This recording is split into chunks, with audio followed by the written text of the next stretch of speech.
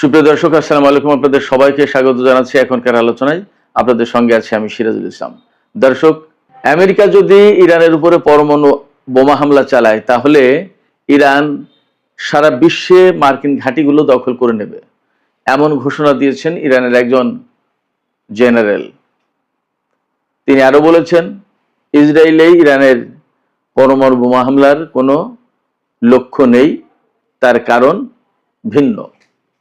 এদিকে ইরানের সাথে আমেরিকার যে যুদ্ধ চলছে সেই যুদ্ধের ব্যাপারে পারস্য উপসাগরীয় অঞ্চলের অন্তত 5টি দেশ প্রকাশ্যে ক্ষোভ জানিয়েছে।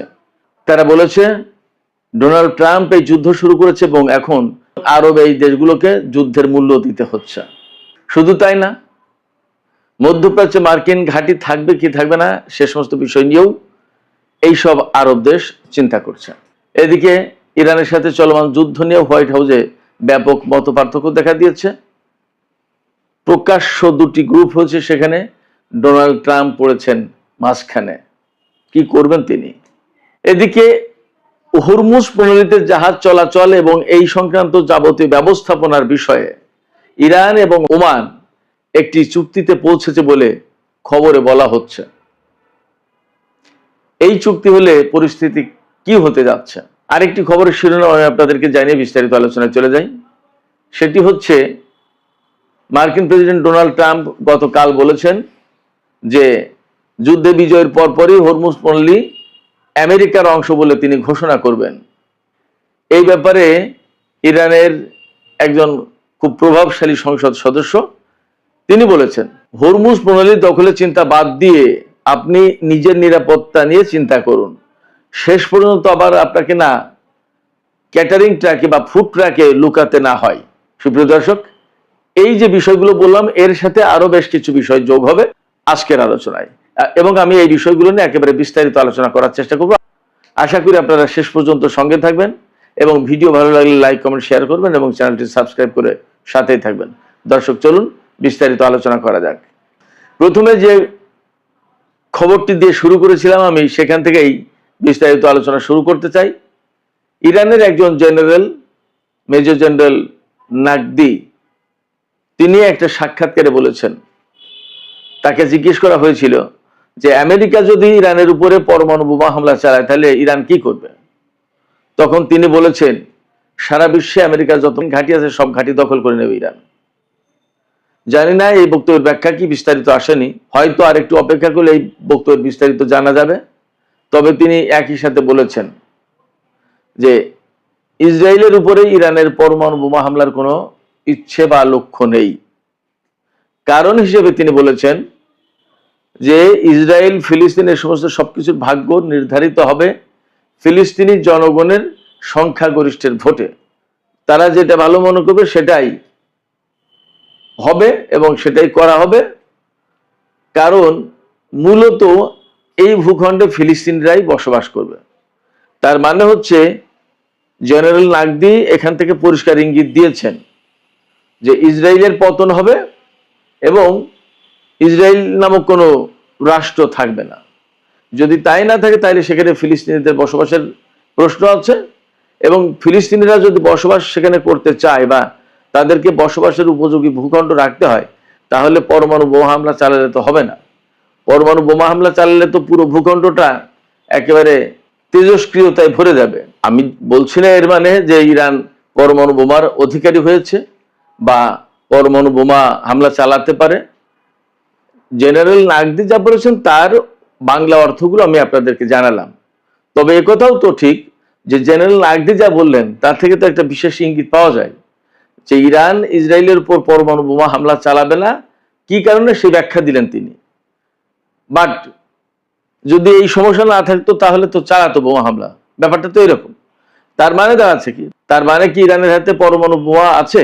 ব্যাপারটা তো এই প্রশ্ন আসে। দেখা যাক, আমরা অপেক্ষা করি কি ঘোষণা আসে সময়ের ব্যবধানে ইরান কি বলে। অনেকেই তো বলে যে ইরানের হাতে পরমাণু বোমা যদি থাকতো তাহলে অনেক কিছুই ঘটতো না। এই কথার সত্য মিথ্যা ভিন্ন বিষয়। ইরান হয়তো একভাবে দেখে আর আমরা বাইরের থেকে আর একভাবে দেখি, তারাই ভালো জানে। দেখা যাক, সময় বলে দেবে ইরানের হাতে পরমাণু বোমা আছে কি নেই। ইরানের হাতে পরমাণু বোমা থাকলে কেউ হামলা চালাতো কি চালাতো না, সমস্ত সবকিছু সময়ের পরিক্রমায় পরিষ্কার হবে।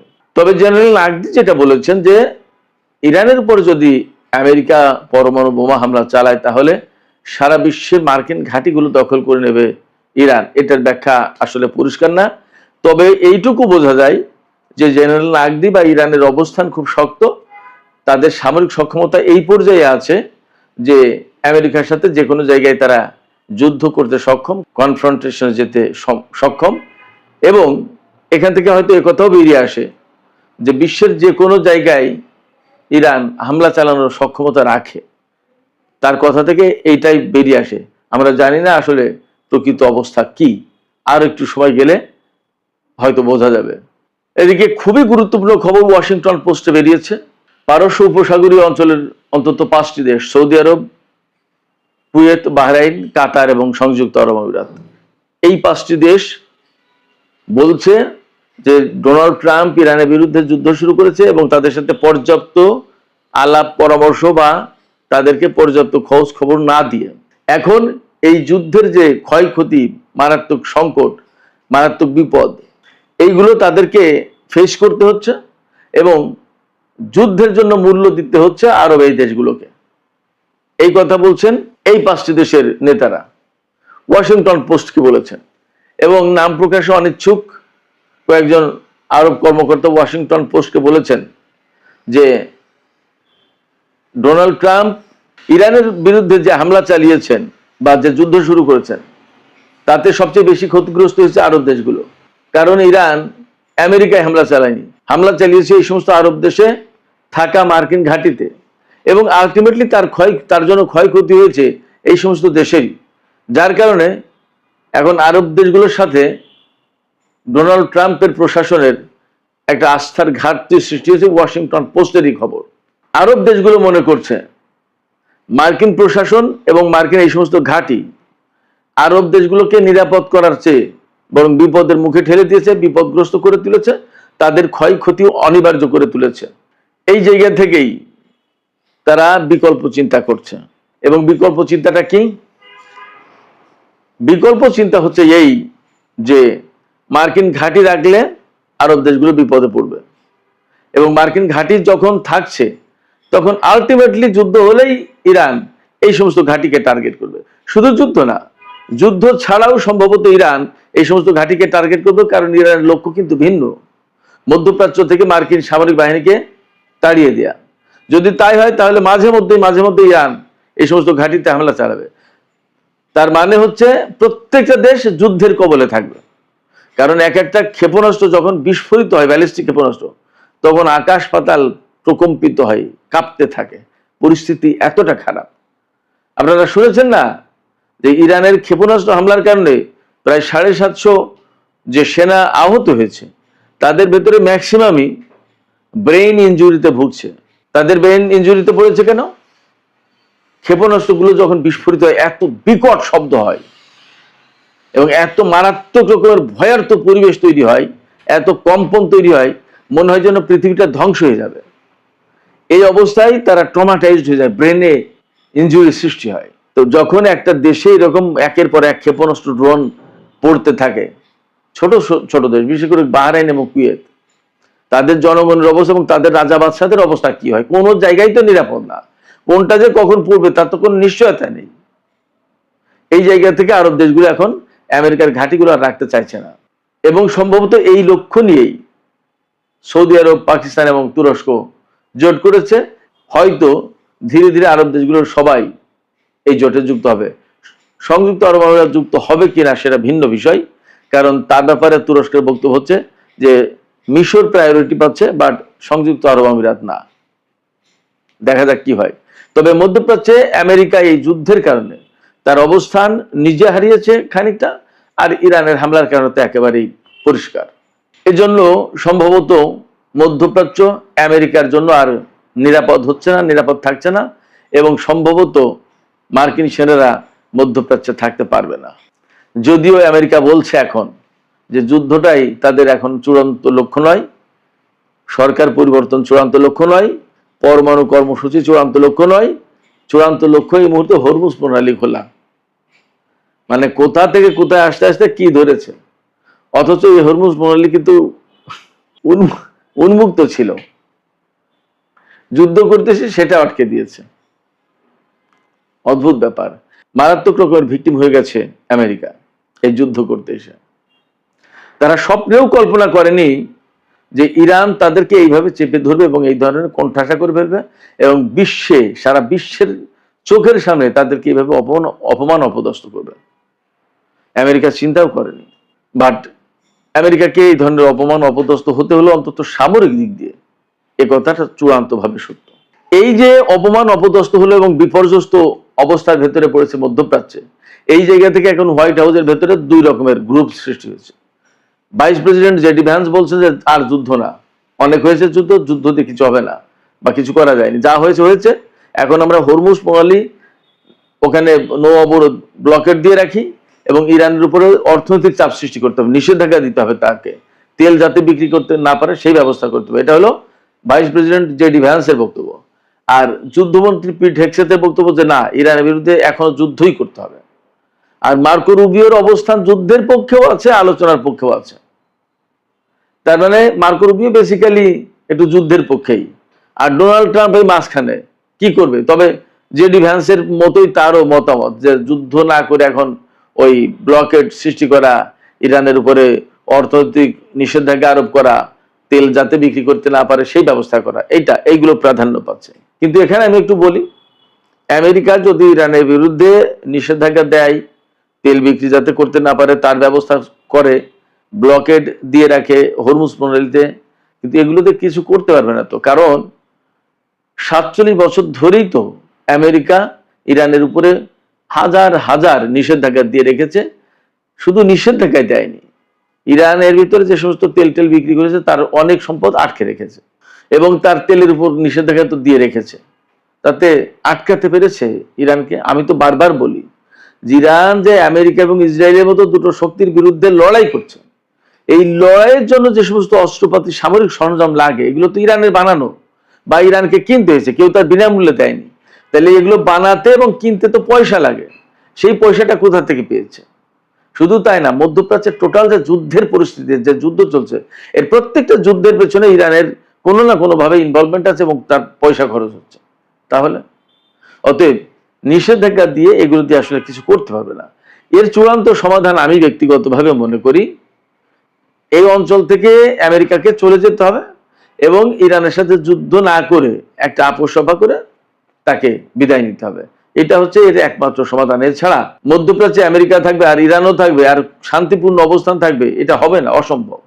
আর আমেরিকার উপস্থিতি থাকলে এখন ইরান কিন্তু পথ চিনে গেছে, কোনভাবে কিভাবে হামলা করতে হবে এবং সাহস, ওই যে সাহস বেড়ে যাওয়া বলে না, সাহস কিন্তু সে পেয়ে গেছে ইরান। আমেরিকার উপরে হামলা করে এখন 1-2 এর ব্যাপার ইরানের কাছে। সেক্ষেত্রে মার্কিন বাহিনী কখনো কোনোদিন মধ্যপ্রাচ্যে আর নিরাপদ থাকবে না। এই জায়গা থেকে যুদ্ধ না করে ওই অবরোধ আরোপ নিষেধাজ্ঞা এই সমস্ত বাদ দিয়ে নিরিবিলি নির্ঝঞ্ঝাট চলে যাওয়াই ভালো। আমেরিকার এই সময় ভাবা উচিত যে মধ্যপ্রাচ্যের নিরাপত্তা মধ্যপ্রাচ্যের দেশগুলোই বুঝুক, করুক। বিশেষ করে তুরস্ক এবং পাকিস্তানের সাথে যেহেতু আমেরিকার সম্পর্ক ভালো আছে, সৌদি আরব সবার সাথে ভালো আছে, তাদের মাধ্যমেই মেসেজ দিক আরব দেশগুলোকে যে ভাই জোট যখন করেছো ভালো কথা। ডোনাল্ড ট্রাম্প তো আজকাল মাঝে মাঝে আলহামদুলিল্লাহ বলে, তুমি আলহামদুলিল্লাহ বলতে পারেন যে আলহামদুলিল্লাহ আপনারা ভালোই করেছেন, জোট করেছেন, আমি আমার সেনা নিয়ে চলে গেলাম, আমাদের আর দরকার নেই এখানে থাকার, আপনারা আপনাদের নিজেদের নিরাপত্তা ব্যবস্থা নিজেরাই করেন। যদি এইভাবে বলে করে কয় তাহলে অনেক ভালো। তা না হলে মধ্যপ্রাচ্যে আমেরিকাকে আসলেই প্রতিদিন প্রতি মুহূর্তে অপমান অপদস্থ হতে হবে। মধ্যপ্রাচ্য কখনোই শান্তিতে থাকবে না। বিগত 47 বছর ধরে যে শান্তিটুকু ছিল এখন তাও থাকবে না। কারণ আমি আবারও বলছি, আমেরিকাকে কিভাবে ঘায়েল করতে হবে, আমেরিকার বিরুদ্ধে কিভাবে হামলা চালাতে হবে সেই পথ ইরান চিনে গেছে এবং দিন দিন মার্কিন বিরোধী অবস্থান ইরানের আরো বেশি শক্ত হবে এবং আঞ্চলিক প্রক্সি ফোর্সগুলো ক্রমেই ইরানকে কেন্দ্র করে আরো শক্তিশালী হবে। এদিকে হরমুজ প্রণালী কন্ট্রোল করা নিয়ে আমেরিকা এবং ইরানের ভেতরে যখন প্রচন্ড রকমের প্রতিযোগিতা, তখন ওমানের সাথে ইরানের চুক্তি চূড়ান্ত হয়ে গেছে এমন খবর পাওয়া যাচ্ছে। এই চুক্তি চূড়ান্ত হলে কি হচ্ছে, রুট নির্ধারিত হবে, কোন রুটে জাহাজ আসবে, কোন রুটে জাহাজ ঢুকবে। তবে সর্বশেষ খবর ছিল এরকম যে ইরান এইটা পছন্দ করছে না, রুট একটাই হবে, যাওয়া আসা সোজা সাপটা একদিক দিয়ে, ওমানের উপকূল দিয়ে আর ইরানের উপকূল দিয়ে এইরকম না, যাওয়া আসা পরিষ্কার রুট থাকবে, একটা হোক দুটো হোক যাই হোক, কিন্তু ওইরকম ওমানের উপকূল দিয়ে গেলে ওমান ঠেকাতে পারবে না, সেইগুলো তখন ঝামেলা হবে। এই জন্য ইরান চাইছে যে সাগরের মাঝখান দিয়েই হোক, হরমুজ প্রণালীর মাঝখান দিয়ে হোক বা যেভাবে হোক, এত রুটের দরকার নেই, রুট একটাই হোক, মানে সবাই যৌথভাবে কন্ট্রোল করুক, যাই হোক কিভাবে হয় দেখা যাক। তবে চুক্তি একটা হয়েছে, এই খবর কিন্তু মোটামুটি পাওয়া যাচ্ছে। যখন চুক্তি হয়েছে তখন আমেরিকার প্রশ্ন কিন্তু আরো গৌণ হয়ে গেল, এ কথা বলা যায়। ডোনাল্ড ট্রাম্প কিন্তু গত কালকে বলেছিলেন যে ইরানের সাথে যুদ্ধে বিজয়ের পরপরই হরমুজ প্রণালী আমেরিকার অংশ, এটা ঘোষণা করা হবে, কিন্তু তা সম্ভবত আর হচ্ছে না। এদিকে ইরানের জাতীয় নিরাপত্তা এবং পররাষ্ট্র নীতি বিষয়ক সংসদীয় কমিটির প্রধান ইব্রাহিম আজিজি তিনি বলেছেন যে ডোনাল্ড ট্রাম্প হরমুজ প্রণালী কন্ট্রোলের কথা চিন্তা করেন, হরমুজ প্রণালী তাদের অংশ বানানোর চিন্তা করেন নেই তো, কিন্তু ডোনাল্ড ট্রাম্পকে নিজের নিরাপত্তার চিন্তা করাটা এই মুহূর্তে ভালো, হরমুজ নিয়ে মাথা ঘামানোর দরকার নেই, নিজের নিরাপত্তা নিয়ে চিন্তা করুক। কারণ হয়তো সময়ের পরিক্রমায় ডোনাল্ড ট্রাম্পকে আবার ফুড ট্র্যাকে লুকাতে হতে পারে। এই ফুড ট্র্যাকে লুকানোর কেন প্রশ্ন বলছেন তিনি? এই যে কয়েকদিন আগে তুরস্ক থেকে দেশে ফিরে যাওয়ার সময় ডোনাল্ড ট্রাম্প প্লেন বদলে একটা ক্যাটারিং ট্রাক, খাদ্যবাহী বিমান বদলে খাদ্যবাহী ট্রাক, তার ভেতরে উঠে আর একটা বিমানে উঠে অনেকটা পালিয়ে তুরস্ক থেকে আমেরিকার পথে রওনা হয়েছিলেন। এই কথা আমেরিকার গণমাধ্যমে পত্রপত্রিকায় প্রকাশ হয়েছে। সেই কথাকে উল্লেখ করে মূলত ইব্রাহিম আজিজি বললেন যে ডোনাল্ড ট্রাম্পকে হয়তো ফুড ট্র্যাকে লুকাতে হতে পারে, নিজের চিন্তা নিজে করেন, নিজের নিরাপত্তা নিজে দেখেন। এটা মূলত ডোনাল্ড ট্রাম্পকে এক ধরনের কটাক্ষ করা বা ব্যঙ্গ করা। সুপ্রিয় দর্শক, আর একটা বিষয় আলোচনা করে আমি এখনকার আলোচনা শেষ করবো, সেটি হচ্ছে তুরস্ককে আমেরিকা ইউক্রেনে অস্ত্র সরবরাহ করার জন্য চাপ দিয়েছেন বা বলেছেন, বা যেভাবেই বলি না কেন আমরা, $28 কোটি অস্ত্র, এই অস্ত্রগুলো সরবরাহ করবে তুরস্ক। এই অস্ত্রের ভিতরে আর্মি ট্যাকটিক্যাল মিসাইল সিস্টেম যেটা, এগুলো তো থাকবে, এটা 70টা ক্ষেপণাস্ত্র থাকবে, এছাড়া আরো বিপুল পরিমাণে অস্ত্র, টোটাল দাম আসবে $28 কোটি। এই অস্ত্র তুরস্ক ইউক্রেনকে দেবে এবং এই ব্যাপারে মার্কিন প্রশাসন অনুমোদন দিচ্ছে তুরস্ককে। এই ব্যাপারে রাশিয়া হুঁশিয়ারি উচ্চারণ করেছে যে আমেরিকা এবং তুরস্ক যখন বলছে যে ইউক্রেন সংকটের সমাধানের জন্য তারা কাজ করছে, আর তখন এই দুই দেশ মিলে নতুন করে ইউক্রেনকে অস্ত্র দিচ্ছে, এটা একটা প্যান্ডোরার বাক্স খোলার মতো হচ্ছে। তুরস্ক এবং আমেরিকা যেন এই কাজটা না করে, বরং তাদের উচিত এই মুহূর্তে এই যুদ্ধের সমাপ্তি কি ঘটানো যায় সেই চেষ্টা করা।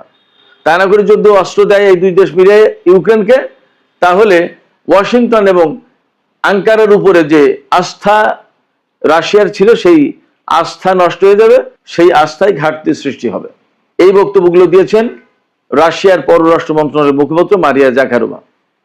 তার মানে আমি সবসময় বলি যে এরদোগান আসলে কোন নীতি অনুসরণ করেন আমি জানি না, কিন্তু তার নীতিগুলো খুব যে লাকসই পছন্দ করার মতো তাও কিন্তু না।